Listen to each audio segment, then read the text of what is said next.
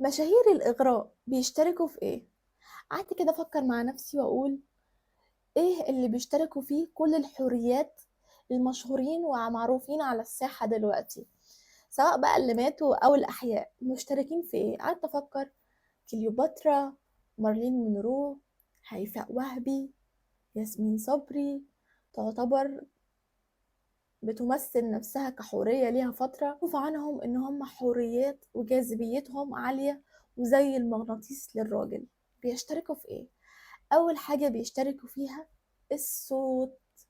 كلهم بيشتركوا في صوت أنثوي ناعم، كلهم بيشتركوا في صوت كله أنوثة طاغية. طريقة مارلين مونرو هي بتتكلم بترفع في الكلام وبتوطي في الكلام. طريقة هيفاء وهبي في دلعها أول ما ظهرت خلقت لنفسها نبرة صوت كله بيحلم يبقى في دلع هيفاء وهبي. طريقة الدلع في الكلام بتتكلمها مع أي حد بيتمنى إن هيفاء تتكلم معاه. أنوثة طاغية. الصوت اتعلميه، هنعمل فيديو عن الموضوع ده، ازاي تحسني طبقة صوتك لو طبقة صوتك عالية. سيبيلي كومنت ان احنا ممكن نتكلم عن الموضوع ده بشكل منفصل. ولكن اختصارا كده، الصوت مهم جدا. مهم ان انت تتدربي على الصوت مع حد، تتكلمي مع المقربين ليكي وتقتنعي ان دي نبرة صوتك قبل ما تقنعي اي حد بيها. انت الاول اقتنعي ان دي نبرة صوت بتاعتك، ما تقلديش حد. رقم 2: كلهم ليهم ستايل خاص بيهم في اللبس. كل حورية منهم ليها ستايل في اللبس وكانت محافظة على جسمها جدا. الحورية بتهتم قوي بالشيب بتاع جسمها وبشكله، وغالبا كلهم بيتفقوا على شيب الجسم ساعة الرملية. بالتمارين وبان انت تحسني من اكلك ممكن توصلي لشيب اقرب لده، وبعمليات التجميل طبعا اللي معاهم فلوس يعملوا اعملي. لو عايزة تبقي حورية مهم قوي تهتمي بالشيب بتاع جسمك وبستايل لبس ليكي تكوني منفردة بيه. كل واحدة فيهم ليها ستايل في اللبس وستايل في الإغواء. لبسك هو سرك، مهم قوي يبقى ليكي اللبس والستايل الخاص بيكي. رقم 3: المشي. كلهم بيتفقوا على مشية معينة كلها أنوثة. مشية القطة اتعلميها، اتعلمي لي مشية معينة فردة فيها ظهرك، صدرك بارز، عاملة كده، بماشية بكل أريحية، متعودة على الهيلز اتعودي عليه لأن الحرية بتلبس هيلز للأسف. فلو انتي متعودة على السنيكرز والسليبر والحاجات دي، نتعود شوية على الهيلزات، بيخليكي أكثر أنوثة. فمهم قوي المشي، اتعلمي مشية خاصة بيكي، بلاش مشية ان كأن حد بيجري وراكي، مشية كلها أنوثة. يبقى صوتك، مشيتك، ستايل لبسك، طريقة كلامك، النبرة بتاعة الصوت مهم قوي تتعلميها. اختيارك لمصطلحات تكون خاصة بيكي. يعني مارلين مونرو كانت بتعرف متميزة النظرة الثلاثية ان هي بتبص نظرة المثلث. ياسمين صبري عاملة لنفسها الهوجة بتاعة ان هي بتحب تتكلم في علم النفس، وهوجة الإعلانات داخلة فيها قوي. هيفاء وهبي معروفة بدلعها ومعروفة بطريقة غناها، واخدة ستايل الغنى بالدلع خاص بيها هي. يشتركوا كلهم في الثقة بالنفس، ولا واحدة ثقتها بنفسها مهزوزة، كلهم بيثقوا في نفسهم جدا.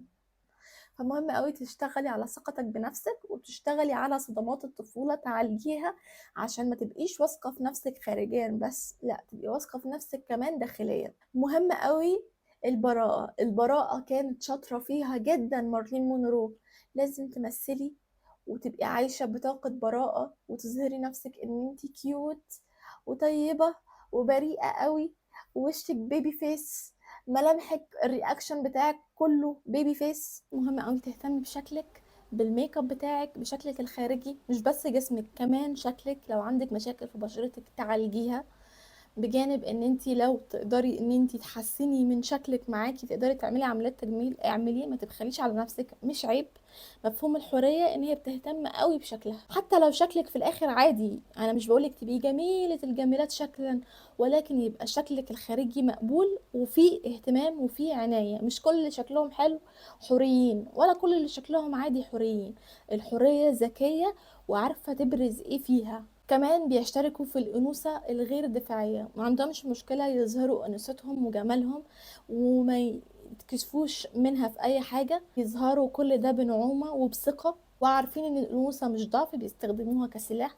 شفتي كام لقاء لهيفاء وشفتيها بتتكلم بمنتهى الدلع من غير ما تتكسف، وفي نفس الوقت هي شخصية قوية. لو شفت لها لقاءات وهي بتتكلم فيها هتلاقيها شخصية متكلمة، مش بس مجرد شخصية دلوعة. وياسمين صبري نفس الكلام، ومارلين منرور في لقاءاتها كمان باستخدام نبرتها الناعمة الهادية، هي برضو ست ذكية وبتعرف تتكلم. لما بيظهروا المكان بيتغير، طاقته بتتغير، كل حاجة بتتغير، كل الأنظار بتبقى عليهم.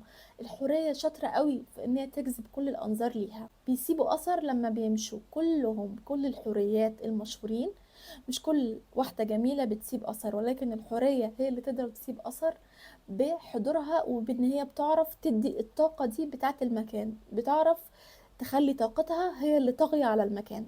عندهم طاقة جنسية غير مبتذلة، بيجذبوا ولكن بدون إسفاف. طاقتهم مثيرة جدا لكن راقية، بيعرفوا يخلقوا توازن ما بين الإغراء وما بين الاحترام. كل واحدة فيهم برغم ان هما متفقين على حاجات كتير، ولكن كل واحدة برضو ليها البصمة وليها العلامة اللي تميزها. يعني كليوباترا معروف عنها ان هي كانت حورية ولكن كانت ملكة قوية. مارلين مونرو كانت حورية بروح طفلة اللي كانت بتدور على الحب. هيفاء وهبي الحورية اللي بتلعب ما بين الإغراء والذكاء، ذكية قوي في لقاءاتها وبتعرف جدا تتكلم وترد على أي حد. هم خلاص دخلوا اللاوعي الجماعي ان هم أنوثة طاغية، مش ستات عادية، لا، كل واحدة فيهم ليها الطاقة وليها الأنوثة بتاعتها. وانتي تعرفي على فكرة تبقي كده، أي ست تعرف تبقى كده. هما مش ما عملوش المستحيل، ولكن هما بس شغلوا مخهم شوية. يعني مثلا كليوباترا، مش أنا قلت لك عليها إن هي المرأة الملكة القوية؟ كانت بتعمل إيه؟ بتدخل وهي متأكدة إن هي ملكة المكان.